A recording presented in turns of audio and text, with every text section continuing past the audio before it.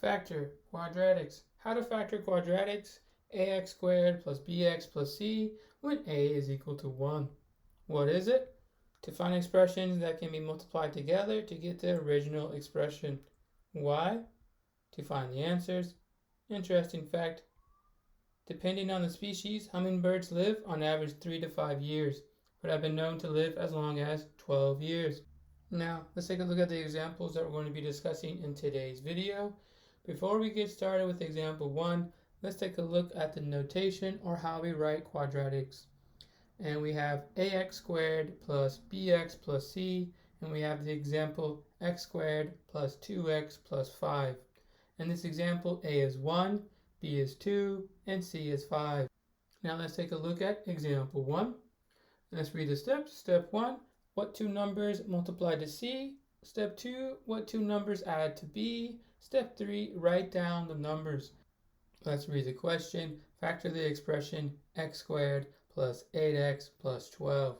Now let's move on to our next steps. And those steps are figuring out what two numbers add to 8 and what two numbers multiply to 12. The reason we need our two numbers to add to positive 8 is because the middle term has a coefficient of positive 8, or our b, and the last term, or our c, is a positive 12, so we need our two numbers to multiply to positive 12 once again. The first pair of numbers that multiply to 12 is 1 times 12. The next one, negative 1 times negative 12. The next one, 2 times 6. The next one, negative 2 times negative 6. And the next one, 3 times 4. And the last pair of numbers that multiply to 12 is negative 3 times negative 4. Now let's add the first pair of numbers. 1 plus 12 is 13. Negative 1 plus negative 12 is negative 13. 2 plus 6 is 8. Whoa, I think we found our answer. But let's continue anyway, just to be sure that we don't have any funny business. Now we have negative 2 plus negative 6 is negative 8. 3 plus 4 is 7. And negative 3 plus negative 4 is negative 7. So we have the two numbers that we're going to write down, and those are 2 and 6. Let's begin the process of doing that, and we're going to write down x plus a number in parentheses times x plus a number in parentheses. And the reason why we've written plus is to keep it standard so we don't change things up. And now we're going to substitute the numbers 2 and 6 into what we have so far. And now we have x plus 2 in parentheses times x plus 6 in parentheses. And that is our answer, since we don't have to simplify anything else. And that is example 1. Now let's move on to example 2. Let's read the question. Factor the expression x squared minus 5x plus 6. Now let's move on to our next steps. And those steps are figuring out what two numbers add to negative 5 and multiply to 6. The reason why we need our two numbers to add to negative 5 is because the middle term has a coefficient of negative 5, or our b, and the last term, or our c, is a positive 6, so we need our two numbers to multiply to positive 6. And the first set that multiply to positive 6 is 1 times 6, and our next one is going to be negative 1 times negative 6, and the third pair that multiplies to 6 is going to be 2 times 3, and our last pair is going to be negative 2 times negative 3. So now we need to figure out which pair of numbers adds to negative 5.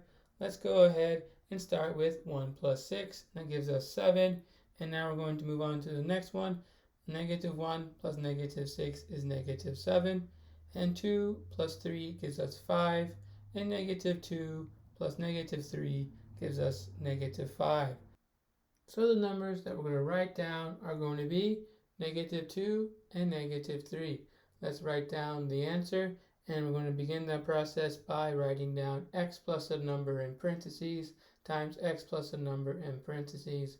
And once again, we're using plus to keep it standard and so we don't change things up. And now let's substitute the numbers negative 2 and negative 3 into what we have so far. So now we have x plus negative 2 in parentheses times x plus negative 3 in parentheses. Let's go ahead and simplify since we have plus a negative number. And now we're going to write it as x minus 2 and x minus 3. So our final answer is x minus 2 in parentheses times x minus 3 in parentheses. And that is example 2. Let's move on to example 3. Let's read the question. Factor the expression x squared plus 2x minus 8. And now we're going to move on to the next steps. And those steps are figuring out what two numbers add to positive 2 and what two numbers multiply to negative 8. The reason we need our two numbers to add to positive 2 is because the middle term has a coefficient of positive 2, or our b, and the last term, or our c, is negative 8, so we need our two numbers to multiply to negative 8. And the first one we can write down is going to be 1 times negative 8. And that means the next pair is going to be negative 1 times 8. Our next pair is going to be 2 times negative 4. And our last pair is going to be negative 2 times 4. So we have our four pairs of numbers that can be multiplied to negative 8. Now let's see which pair adds to positive 2. So 1 plus negative 8 is negative 7. Negative 1 plus 8 is 7. 2 plus negative 4 is negative 2. And negative 2 plus 4 is 2. So we have the two numbers that we're going to write down. And those numbers are negative 2 and 4. Let's begin the process of writing down the answer by writing down x plus the number in parentheses times x plus the number in parentheses. Once again, we wrote plus to keep things standard and not to change things up. And let's go ahead and substitute negative 2 and negative 4 into what we have so far. So now we have x plus negative 2 in parentheses times x plus 4 in parentheses. Let's simplify the plus negative, and now we get x minus 2.